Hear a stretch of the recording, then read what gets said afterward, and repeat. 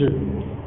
मैं पढ़ाई भी बराबर कर रहा हूँ, मेरी फाइनल की पूरी एग्जाम की पढ़ाई पहले से ही हो गई है, सिर्फ अभी एग्जाम में जाना है और मुझे पेपर देना है और मुझे हो जाता है टाइफाइड। जी जी। अब घर वाले क्या सोचेंगे, इसने फिर से नाटक चालू कर दिया। जब भी परीक्षा आती है इसका कोई ना कोई नाटक चालू हो जाता है, ठीक है। तो एक साल मेरा पूरा बर्बाद गया। पर वो एक साल मेरा बर्बाद नहीं गया, वो जब वो लड़का मुझे लेके गया वो आश्रम में, फिर मुझे सत्संग भी सुनने मिलता था। अब सत्संग का तो आप प्रभाव जानते ही, सत्संग से क्या फायदा होता है। वहाँ मैं सेवा भी करता था, झाड़ू लगा देना, जो आश्रम में जो समर्पित साधक होते थे उनके बर्तन मांज देना, फिर टॉयलेट बाथरूम साफ कर देना, झाड़ू लगाना, फिर चप्पल जो सत्संग सुनने जो लोग आते थे उनके चप्पल वगैरह साफ करके ये करना। तो मैं क्या करता था, डब्बा लेके जाता था, क्योंकि पढ़ाई तो ऐसे भी मेरी पढ़ाई में तो मैं पक्का ही था, मुझे पता था कि मैं तो फाइनल निकाल लूंगा। पर एक साल का मुझे समय मिल गया ये साधना के लिए। तो मैं वहां जाता था सुबह डब्बा लेके, अपना अपना सत्संग भी सुने वहां। अब गुरु ने तो दीक्षा नहीं दिए थे, मैंने तो मन से उनको गुरु मना लिया था, पर उनकी दीक्षा गुरु मंत्र तो मुझे मिला नहीं था। अब वो रहते थे, उनका तो हर जगह सत्संग होता था ना, ऑल ओवर इंडिया में। अब रहना होता था अहमदाबाद में, और अहमदाबाद में मुझे पता था घर वाले की, यानी घर की परिस्थिति भी वैसी नहीं थी और घर वाले मुझे जाने देंगे बाहर ये भी कुछ संभावना नहीं थी।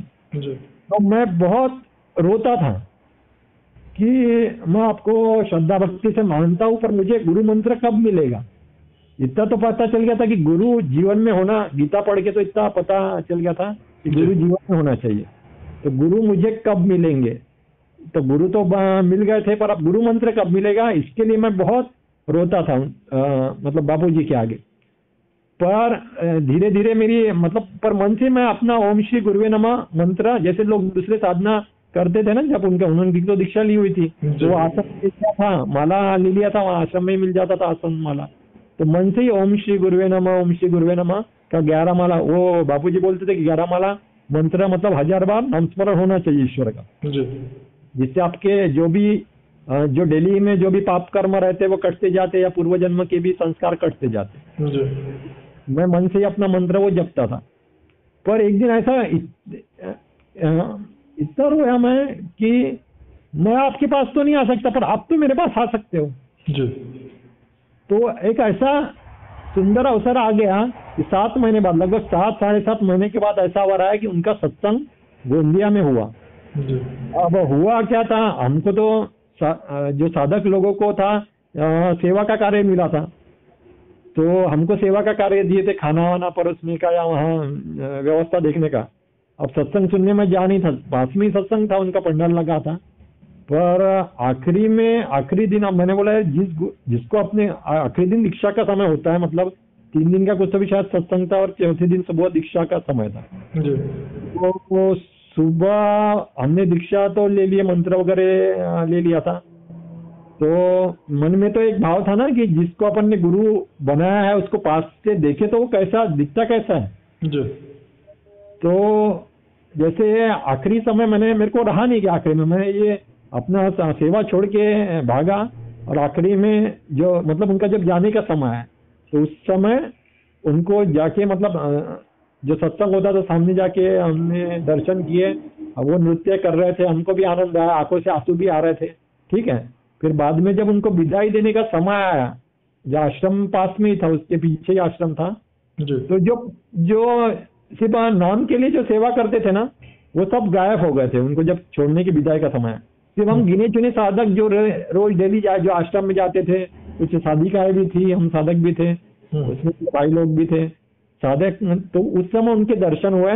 तो उस समय तक साधना या जब बोलो, क्योंकि जब उन्होंने मंत्र दिए, उन्होंने मेरे को ओम गुरु का मंत्र दिए थे, मैंने ओम गुरु के प्रति श्रद्धा थी, गुरु ही ब्रह्मा विष्णु महेश है, तो उसका मंत्र ही मैंने लिया कि चलो छोटा भी मंत्र है और जल्दी भी सिद्ध हो जाएगा, और गुरु के प्रति मेरी आस्था हो गई थी। फिर भगवान कृष्ण का फिर चिंतन छूट गया था, फिर गुरु ही सब है तो गुरु के प्रति फिर जप करना। तो जब से मंत्र दीक्षा दिए तब से गुरु मंत्र का रटन चालू ही हो गया था। और उन्होंने वो तो उनका यानी ये कहना था कि आप जो अलग अलग देवी देवताओं को पूछते हो, वास्तविक वो देवी देवता अलग अलग नहीं है, एक ही है, और वही तुम्हारा आत्मा बन के बैठे है तुम्हारे अंदर। कहाँ इन अलग अलग, हालांकि वो मंत्र दीक्षा में सारे, अब हर बंदा तो एक जैसा नहीं रहता ना, सबके अलग अलग श्रद्धा है। कोई केजी से आया है, कोई ये क्या बोलते हैं प्राइमरी का लड़का है, कोई फर्स्ट ईयर का है, कोई सेकेंड ईयर का है, अलग अलग लोगों से आते हैं, सबकी बुद्धि अलग अलग होती है। हो सकता है मेरी बुद्धि कुछ ऊंची लेवल की रही हो, ताकि ज्ञान भी करते तो मेरे को बराबर वचन में आ जाता था, मतलब वो जैसा बोलते थे वैसा ही मैं आचरण करता था। ठीक है, अब दूसरों की तो वैसा नहीं होगा, तो सब वो अलग अलग मंत्र भी देते थे, अलग अलग देवी देवताओं की जैसे जिसकी श्रद्धा रहे वैसे। तो उनसे जैसे मंत्र मिला, तो उनका भी जब मैंने उनसे जब मिला तो पहला सवाल मैं यही पूछा कि मैं अपनी असली मैं को जानना चाहता हूँ, मैं कौन। तो उन्होंने कहा कि तू खोज। अब खोजना कहाँ, ये तो पता, सत्संग से तो इतना पता चल गया था, बाहर का तो सब करके देख लिया, जंगल में भी जाके देख लिए, हाथ भी काट के देख लिए, जो कुछ करना है वो करके दिखे, उससे तो कुछ भगवान मिला नहीं। अब इतना तो पता था कि बाहर कहीं जाना है, उसको खोजना अंदर से ही है। तो अंदर से खोजना है, तो उसके लिए फिर मैंने सोचा कि अब अनुष्ठान कर लेना चाहिए। अब हुआ कि हाँ, मजे की बात देखो कैसा अवरोध आता। आप बोले ना अवरोध आते, बिल्कुल आते, और आना भी चाहिए, जरूरी है ये चीज, इसके सिवा अपनी परीक्षा नहीं होती। तो मेरी फाइनल 1 साल पूरा हो गया था, फाइनल की एग्जाम, 1 साल तो बर्बाद गया ही था, अब ये फाइनल की एग्जाम भी आ गई। अब मेरे मन में छटपटाहट चालू कि अब मैं रह नहीं पा रहा था, जैसे मछली कैसे तड़पती है पानी के बिना, कि अब तो अगर आप पानी से निकाल के रखो तो ये नहीं बोलेंगे कि मुझे अपने बच्चों को देखना है या मुझे भोजन चाहिए, कैसे भी करके मुझे पानी में डालो, बाकी मुझे कुछ नहीं चाहिए। वैसी मेरी तड़प कि अब भगवान ही पाना है। अब मैंने घर वालों को बोला तो वो बोले तो तेरा नाटक फिर से चालू हो गया क्या? अब भगवान की कहाँ है, तू पहले एग्जाम दे दे फिर करते रहे।